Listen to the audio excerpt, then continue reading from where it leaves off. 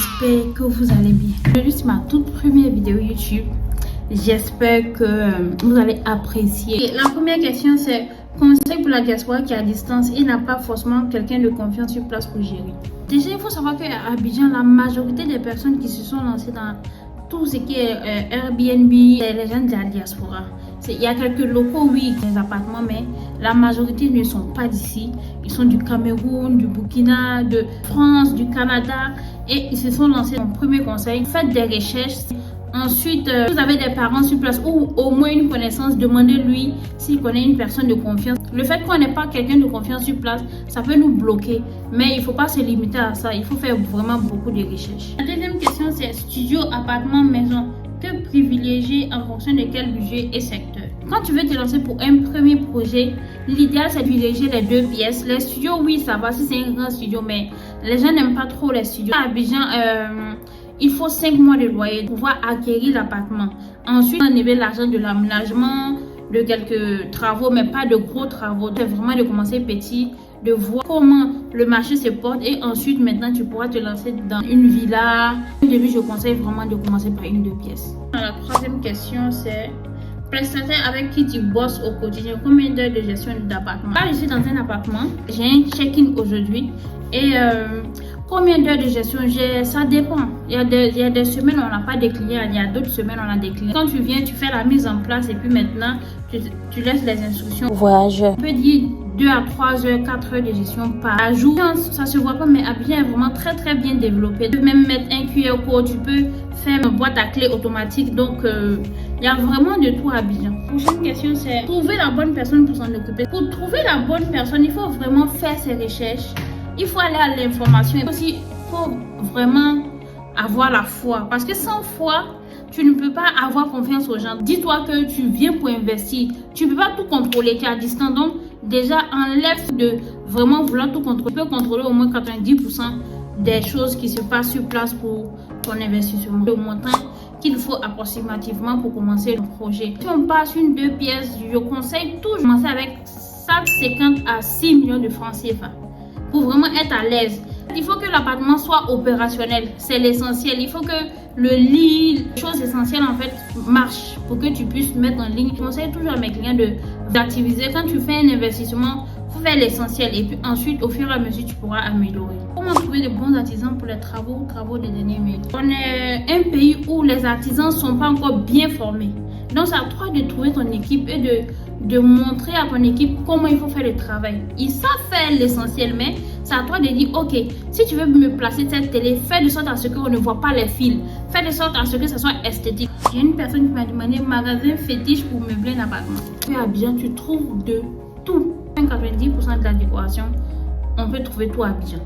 Je sais qu'il y a des personnes qui préfèrent faire tout venir, mais je trouve que c'est une perte de temps et d'argent. Mais ça, c'est mon avis. Je dis toujours aux clients qui veulent investir, il y a quelques machines qu'il faut acheter en France parce que ça coûte excessivement cher ici, comme la machine à café en France où vous êtes pour faire venir. Parce que en moyenne, ici, un truc de 80, 100 000 francs. Donc, imaginez le prix. En France, je sais qu'on peut trouver des machines à 30 000, à 20 000. Même si tu fais venir ça même à 10 000, tu as encore une marge de manœuvre. Donc, et puis les capsules à café aussi, c'est très cher ici. Donc, le mieux, c'est de faire venir. L'autre question, c'est les faux pas, les bonnes pratiques, leçons apprises, astuces. Une pratique aussi, c'est vraiment de pas être fermé. Ok? Parce qu'il y a des gens qui veulent un type de logement ou de décoration. Et souvent, tu ne peux pas avoir ça. Mais il faut être flexible. En Afrique, quand tu es en Afrique même, il faut mettre le mot flexibilité là dans ta tête. C'est vrai que vous allez trouver qu'on exagère, mais il faut être flexible pour vraiment pouvoir avancer. Sinon, tu ne vas jamais investir ici. Ça, c'est vraiment le truc. Parce que moi, je suis une locale, je n'ai jamais mis mes pieds en France ou bien dans n'importe quel pays et je sais de quoi je parle. Donc, vraiment, il faut être flexible. Poser une question, j'ai problème avec le propriétaire. Quand tu vas pour chercher un appartement pour faire un Airbnb, il faut déjà prévenir le propriétaire que tu veux faire un Airbnb, parce que ça c'est différent en fait de la location normale qui est la location pour habitation, mais là c'est commercial. Il faut prévenir le propriétaire, il voit s'il est d'accord ou pas. S'il n'est pas d'accord, il peut te poursuivre en justice. Donc le mieux c'est vraiment de toujours demander l'accord de son propriétaire avant de faire le Airbnb. Un accord signé ou bien un accord en tout cas verbal que tu vas garder. Il n'y a pas assez de problèmes avec les propriétaires. C'est vrai qu'il y a toujours il y aura des coûts, mais il n'y a pas de problème en tant que tel avec les propriétaires. Il paye son loyer à temps, je ne pense pas qu'il y aura de problème. Il y a quelqu'un qui a demandé de cambriolage quand on n'est pas sur place. Ouf, partout on vole. Il n'y a pas d'exception. Que tu sois en Chine, en Asie, je ne sais pas.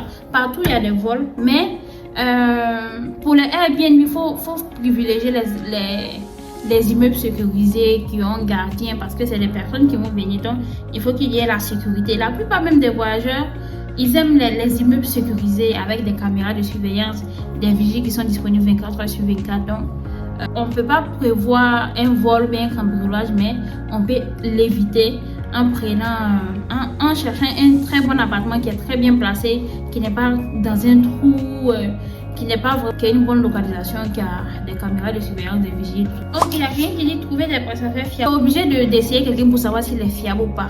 Tu ne peux pas te fier sans avoir eu d'expérience avec la personne. Donc, c'est vraiment d'essayer plusieurs et puis de voir celui qui répond à tes besoins. Et puis voilà. Le prochain, c'est les frais avancés pour meubler correctement l'appartement.